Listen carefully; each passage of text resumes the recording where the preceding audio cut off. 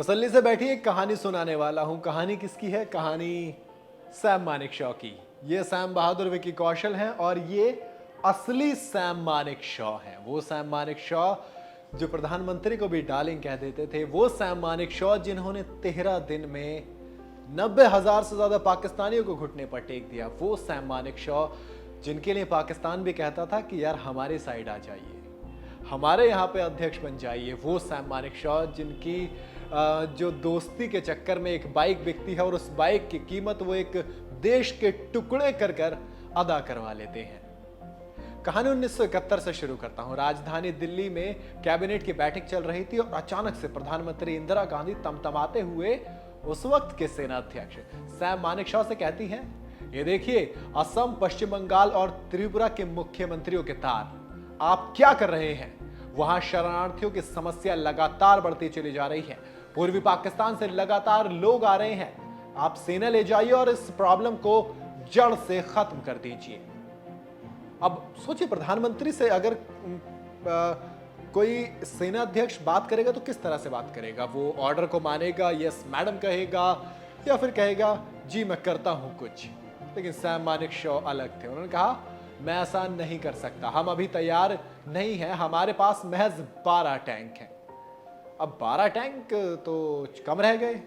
तो उस वक्त के जो मंत्री थे, जो फाइनेंस मिनिस्टर थे, वाई बी चौहान, उन्होंने पूछा 12 क्यों है सैम? सैम मानेकशॉ ने फिर जवाब दिया, क्योंकि आप वित्त मंत्री हैं और आपके पास टैंक खरीदने के लिए पैसे ही नहीं है। सोचिए, ये सेना अध्यक्ष है जो कि मंत्रियों से इस तरह से बात कर रहा है। ये वो सेना अध्यक्ष है जो प्रधानमंत्री से कह रहा है मैडम पीएम, मैं आपको इस बारे में महीने के आखिर में बताऊंगा, मैं वो सब करूंगा जो आप चाहती हैं, मैं आपको 100% सक्सेस की गारंटी देता हूं, लेकिन मैं revenue minister, home minister, defence minister से ऑर्डर नहीं लूंगा, अब आप तय कर लीजिए। अब जब कॉन्फिडेंस ये था तो इंदिरा गांधी ने भी कहा ठीक है सैम, तुम ही कमांडर होगे और कोई दखल नहीं देगा। इसके बाद 1971 की जंग होती है और इसमें पाकिस्तान का क्या हाल होता है ये मुझे बताने की जरूरत नहीं है, इसलिए कह रहा हूं ना, ये कहानी भारत के पहले फील्ड मार्शल सैम मानेकशॉ की जिंदगी की है। ऐसे किस्से उनके बारे में मैं सुनाने वाला हूं जो फिल्म में नहीं दिखाए जा सकते, क्योंकि फिल्म की एक हद होती है और हमारी हद नहीं होती दोस्त। किस्से कहानियों की कहते हैं ना, वक्त कम पड़ जाता है, किस्से कम नहीं पड़ते। आज मूवी रिलीज हुई है, मेघना गुलजार ने बड़ी खूबसूरत सी फिल्म बनाई है, विकी कौशल ने एक्ट किया है, वो अलग चीज है। आप मूवी देखिए, मूवी बहुत अच्छी है, देखनी चाहिए। लेकिन मैं आपको वो किस्से सुनाने वाला हूं जो कि मूवी में नहीं है दोस्त। कहानी की शुरुआत करता हूं, पहला किस्सा आपको सुनाता हूं। पहला किस्सा है, उनके पेट में गोलियां लगी थी। गोलियां कितनी लगी थी? 9 गोलियां।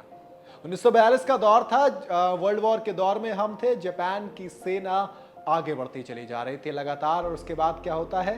उसके बाद होता यह है कि जब गोलियां चलती हैं तो उनके पेट में 9 गोलियां लग जाती हैं।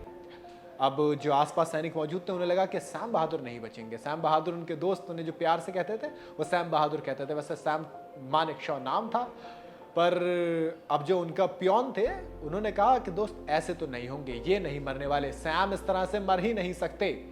डॉक्टर के पास पहुंचे, डॉक्टर ने कहा कि ये तो नहीं बचेंगे। उसके बाद उनके पियोन ने कनपट्टी पे बंदूक लगा दी और कहा कि इलाज कीजिए। अब उन्होंने, इतने होश आया सैम को, तो उन्होंने पूछा कि बताओ आपको याद है आपको क्या हुआ था? कहते हैं लगता है किसी गधे ने दुलाती मार दी थी। अब डॉक्टर भी हंस पड़ा। डॉक्टर कहा भाई इसको तो बचाना पड़ेगा ही पड़ेगा। तो इस तरह से सैम मानेकशॉ का इलाज किया गया। और उसके बाद क्या होता है? उसके बाद जब वो अस्पताल में एडमिट थे तो उसके बाद एक अंग्रेजी अफसर आते हैं और उनसे कहते हैं कि क्या किया जाए, कुछ चाहिए तो बताओ। तो कहते हैं यार अगर शराब मिल जाए ना थोड़ी सी तो मजा आ जाएगा। उसके बाद खैर कुछ नहीं होता, वो कह देते हैं, अंग्रेज अफसर डॉक्टर से कह देते हैं कि ठीक है, आपको जैसा सही लगे आप वैसा कीजिए, सैम मानेकशॉ है ये। एक और किस्सा बताता हूं। वो किस्सा है, कहते हैं ना कि मिस्टर मिनिस्टर, मुझे अपने चीफ के बारे में कुछ भी सोचने की इजाजत नहीं है। ये लाइन उन्होंने कही थी वीके कृष्ण मेनन से।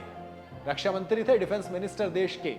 दरअसल उन्होंने उनसे पूछा था कि तुम आर्मी चीफ केएस थिमैया के बारे में क्या राय रखते हो? तो मानेकशॉ ने कहा मिस्टर मिनिस्टर, मुझे अपने चीफ के बारे में सोचने की परमिशन नहीं है। आप एक जनरल अफसर से ये सवाल पूछ रहे हैं, कल आप मेरे किसी जूनियर से मेरे बारे में पूछेंगे कि तुम सैम के बारे में क्या राय रखते हो। मिस्टर मिनिस्टर, इससे आर्मी का डिसिप्लिन खत्म होना तय है। आप ऐसा काम मत कीजिए।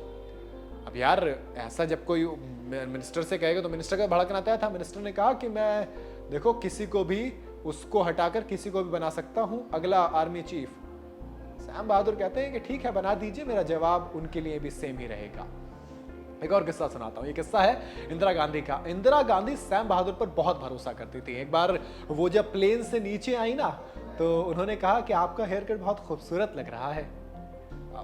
प्राइम मिनिस्टर थी, खैर उन्होंने कहा कि पहले किसी ने नोटिस नहीं किया।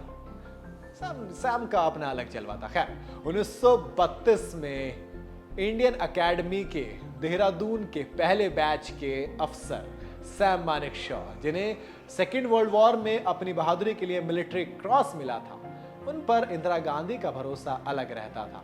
जी हाँ, तभी तो कहते हैं ना कि अलग चीज चलती है। लेकिन एक किस्सा ऐसा भी आता है जब इंदिरा गांधी ने सैम से पूछ लिया था कि क्या तुम सत्ता पर कब्जा करना चाहते हो। दरअसल बात पाकिस्तान के दौर की है।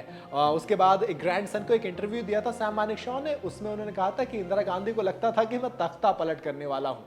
1969 की बात है। ये वो वक्त था जब पाकिस्तान के बहाने कहा जाता था कि भारत में भी तख्ता पलट होगा। प्रधानमंत्री इंदिरा गांधी ने सैम को मिलने के लिए बुलाया। इंदिरा ने कहा, सैम लोग कहते हैं तुम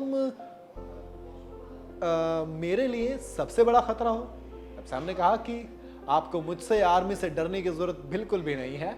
आप अपनी राजनीति कीजिए, मुझे अपना काम करने दीजिए। मेरी और आपकी दोनों की नाक बड़ी लंबी है, मगर मैं दूसरों के काम में नाक नहीं अड़ाता, इसलिए आप भी मेरे काम में नाक ना डालें। इसके बाद इंदिरा गांधी ने स्माइल के साथ सैम मानेकशॉ को थैंक्स कहा। दरअसल सैम मानेकशॉ पाकिस्तान का एग्जाम्पल देते हैं कि सेना ने वहां पर जब से सत्ता में दखल दिया तब से कबाड़ा कर दिया देश का। और सैम का मानना था कि सेना को राजनीति में इन्वॉल्व नहीं होना चाहिए। सेना का काम देश की हिफाजत करना है, उसे बर्बाद करना नहीं। तो कुल मिला के ये सैम मानेकशॉ के कुछ किस्से थे जिन्हें आप फिल्म में देखेंगे। शायद फिल्म में सब कुछ नहीं दिखाया जा सकता। एक छोटी सी बात आखिर में आपको बता देता हूं। सैम के बारे में कहा जाता ना, जितना वो आर्मी में डिसिप्लिन थे इतने ही नटखट वो घर में थे। उनकी बेटी कहती थी कि सैम जब घर में रहते थे तो ऐसा लगता था कि डर रहता था कहीं कुछ ना कर बैठे। तो सैम मानेकशॉ जितने खुश मिजाज इंसान थे वो उतने ही खूबसूरत इंसान भी थे और आर्मी के एक डिसिप्लिन वेल डिसिप्लिन्ड अधिकारी। ये थे सैम मानेकशॉ के कुछ किस्से और इन किस्सों के साथ मैं आपको छोड़ता हूं। आप अगर फिल्म देख चुके हैं तो आप बताइएगा कि आपको सैम मानेकशॉ की जिंदगी कैसी लगी। क्या उस जिंदगी आपको कुछ सीख देती है? अपनी राय मुझे कमेंट में जरूर बताइएगा। वीडियो अगर आपको पसंद आई हो तो इसे लाइक और शेयर जरूर करें और जाते जाते चैनल को सब्सक्राइब करना बिल्कुल ना भूलें।